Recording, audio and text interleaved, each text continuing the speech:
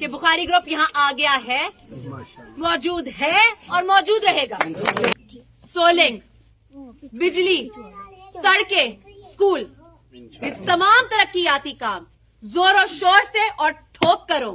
یہ جنوبی پنجاب کے معروف سیاستدان عبداللہ شاہ بخاری کی پوتی ہیں جو کئی دہائیوں سے جنوبی پنجاب پر حکومت کرتے آ رہے ہیں, اور ان کے بیٹے باسط سلطان 3 بار نیشنل اسمبلی کے ممبر رہے ہیں, اور یہ ان کی بیٹی ان کی صاحبزادی ہے, اور کئی بار وفاقی وزیر بھی رہے ہیں.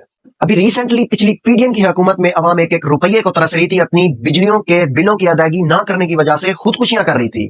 تو یہ جناب محترم اپنے 20 15 گاڑیوں کو لے کے روڈ پر گھومتے تھے اور اپنی وزارات کے نشے میں دھت ہو کر عوام کے جذباتوں سے کھیلتے تھے. اور جناب یہ انہی کی صاحبزادی ہیں, انہی کی بیٹی ہیں جو اپنا منشور اپنی عوام کے آگے لے کر آئی ہے, اور جگہ جگہ کارنر میٹنگز کر رہی ہیں, جلسے جلوس کر رہی ہیں, اور ایک اچھی کمپین کر رہی ہیں, اور اپنی عوام کو بتا رہی ہیں کہ عوام کو سکولز ملنے چاہیے, تعلیم ملنی چاہیے, عوام کو پکی گلیاں ملنی چاہیے, روڈیں ملنی چاہیے, کھمبے, بجلی کے کھمبے ملنے چاہیے, لائٹس ملنی چاہیے, ان کو گیس ملنا چاہیے. بالکل میں ذاتی طور پہ اس چیز کو ایگری کرتا ہوں, اس چیز سے اتفاق کرتا ہوں کہ عورتوں کو تعلیم دی جائے تاکہ عورتیں مردوں کے ہم قدم ہوں, ان سے قدم ملا کے ان کے ساتھ چلیں اور ملک ترقی کی راہ پر گامزن ہو. باقی بات تو ٹھیک ہے, لیکن ان بی ان محترمہ سے بندہ یہ پوچھے کہ تمہارے والد صاحب 3 بار نیشنل اسمبلی کے ممبر رہے ہیں, اور تمہارے دادا نے بھی کئی دہائیوں سے اس حلقے پہ, اس شہر پہ حکومت کی ہے, کیا ان کو خیال نہیں آیا, کیا ان کو اپنی لاچار بے بس عوام کا خیال نہیں آیا, کیا ان کو یہ خیال نہیں آیا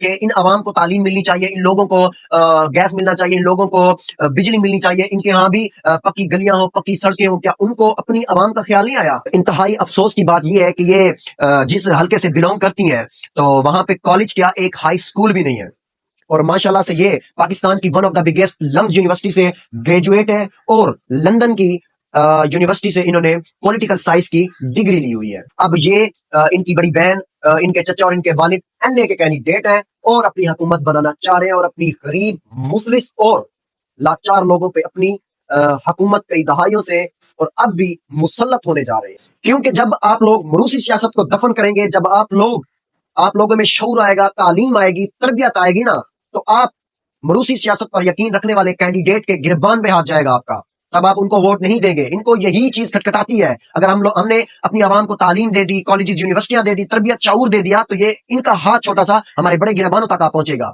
تو یہ لوگ اس لیے عوام کو تعلیم نہیں دیتے کہ کوئی لوکل پرسن آ کے ہمارے مقابلے پہ کینڈیڈیٹ بنے.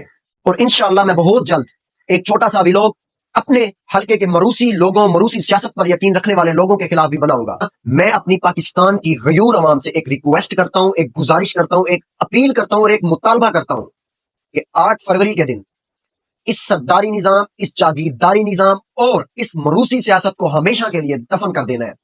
جب یہ لوگ تعلیم نہیں دیں گے, جب یہ لوگ تربیت نہیں دیں گے, شعور نہیں دیں گے, تو یہ ایک لوکل پرسن کو اپنے مقابلے کیسے کھڑا ہونا دیکھیں گے؟ پاکستان کے جس جگہ میں بھی چلے جاؤ, جہاں بھی چلے جاؤ, جس کونے میں بھی چلے جاؤ, آپ کو موروثی سیاست دکھے گی. پہلے دادا آتا ہے, پھر باپ آتا ہے, پھر بیٹا آتا ہے, اور پھر ان کے پوتے پوتیاں آ کے عوام پہ مسلط ہوتے ہیں.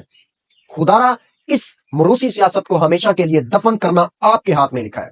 8 فروری کو نکلے, اپنا آئینی اور قانونی حق دکھائیں, اور اس موروثی سیاست کو ہمیشہ کے لیے ختم کر دیں. اپنا خیال رکھیے گا. Stay bless. اللہ حافظ.